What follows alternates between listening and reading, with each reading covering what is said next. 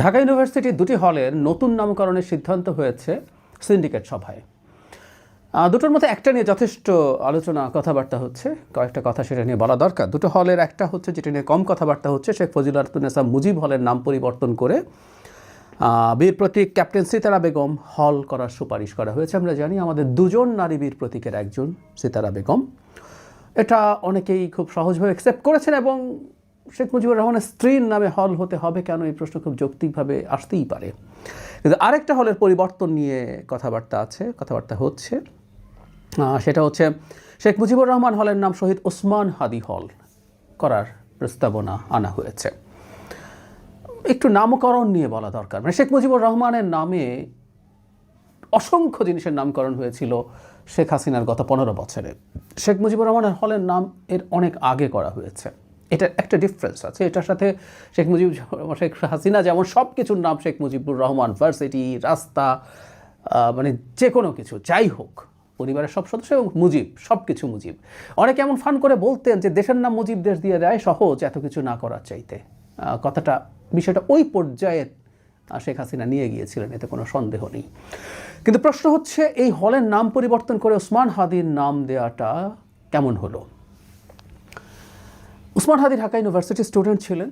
তিনি একজন গুরুত্বপূর্ণ মানুষ এবং যেখানে তিনি হত্যাকাণ্ডের শিকার হলেন সেটাকে আমাদের এই গণতান্ত্রিক যে অভিযাত্রা আছে তার পথের একজন শহীদ হিসাবেই আমরা ওসমান হাদিকে দেখতে চাই। এবং ওসমান হাদির সাথে রাজনৈতিক মতদ্বৈততা সত্ত্বেও অনেকেরই আছে, আমারও আছে, তার রাজনীতি আমি পছন্দ করি না, ওটা আমার রাজনীতি না, কিন্তু তারপরও তার জেনুইননেস, তিনি জেনুইন ছিলেন, তিনি দেশপ্রেমিক ছিলেন, তিনি আধিপত্যবাদ বিরোধী ছিলেন, এইসব জিনিস তিনি সৎ ছিলেন। এই সব কিছুর কারণে তিনি সবার শ্রদ্ধা অর্জন করেছেন।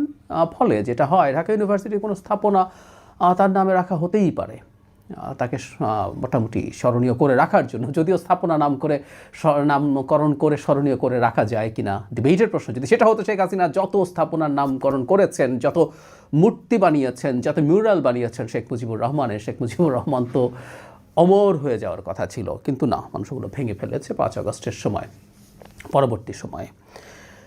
এখন প্রশ্ন হচ্ছে, শেখ মুজিবুর রহমানের নামে একটা হল যেটার নাম আগে থেকে ছিল সেটাও ভেঙে ফেলতে হবে, সেটাও বাতিল করে দিতে হবে। বা এভাবে কি শেখ মুজিবুর রহমানকে বাতিল করে দেওয়া যাবে, খারিজ করে দেওয়া যাবে?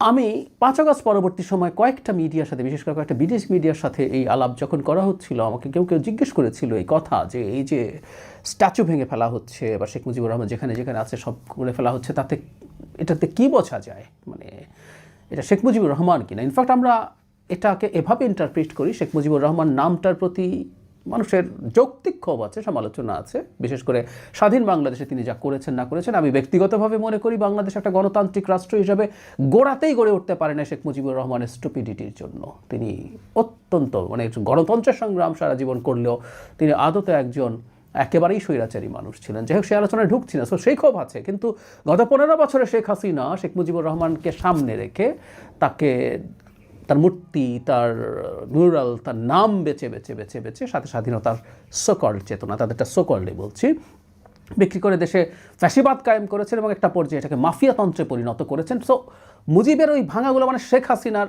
অপশাসনের প্রতীক হয়ে ওঠা, এটাকে ভাঙা। তখন আমি তাদেরকেও বলেছিলাম যে বাংলাদেশের ইতিহাসে মুজিবের যে অবস্থান, বাংলাদেশের স্বাধীনতার ইতিহাসে, সেটা নিয়ে আমার ঠিক আছে, আমি সেটা নিয়ে খুব বিস্তারিতভাবে কথা বলেছি, সমালোচিত হওয়ার ঝুঁকি থাকার পরও। তো সেটা থেকে যাবে আসলে, ওটা সেই যে এই হলটার নাম তুলে দিয়েও কিছু তাকে মুছে ফেলা যাবে না। কারো তার মুছে ফেলার চেষ্টা থাকতে পারে, কোনো দল বা কারো তার উপরে ক্ষোভ থাকতে পারে। কারণ 71 যেখানে মুজিব গ্লোরিফাইড হয়ে ওঠেন, গ্লোরিফাইড মানে আমি এটা বলছি না মুজিবই বাংলাদেশের স্বাধীনতা সব করে ফেলেছেন, না। আমি ন্যারেটিভ আমি কোনোভাবেই অ্যাকসেপ্ট করি না, এন্ডোর্স করি না। কিন্তু মুক্তিযুদ্ধের ইতিহাসে সবচেয়ে গুরুত্বপূর্ণ ব্যক্তি শেখ মুজিবুর রহমান, এটা তো ফ্যাক্ট। এবং এটা এই যাবতীয় সব কিছু করে এটা মুছে ফেলা যাবে না, যায় না। এটা এই হলটা নামকরণ পাল্টে ফেলেও মুজিবুর রহমানকে মুছে ফেলা যাবে না।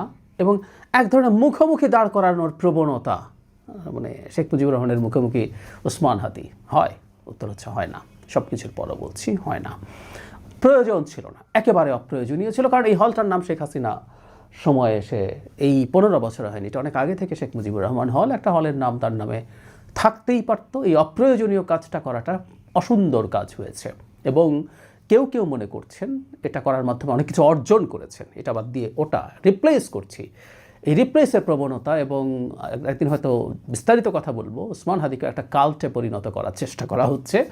দুঃখিত, ওসমান হাদি কাল্ট বা নিখুঁত মানুষ ছিলেন না, আমরা সবাই তাকে ভালোবাসি, কিন্তু তিনি মানুষ ছিলেন।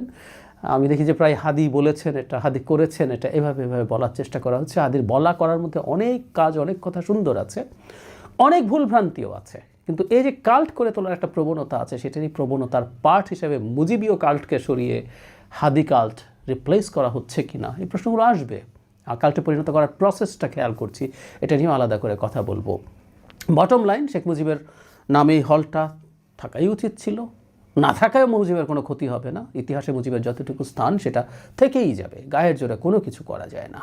ইম্পোজ করে অনেক কিছু চেষ্টা শেখ হাসিনা করেছে, থাকে নাই, বা উল্টোভাবেও চেষ্টা হয়েছে, সেটাও থাকে নাই। ওসমান হাদির নামে ভিন্ন একটা স্থাপনার নামকরণ করাই যেত, নতুন হল বা অন্য কোনো স্থাপনা, এটা খুব কঠিন কোনো কাজ ছিল না।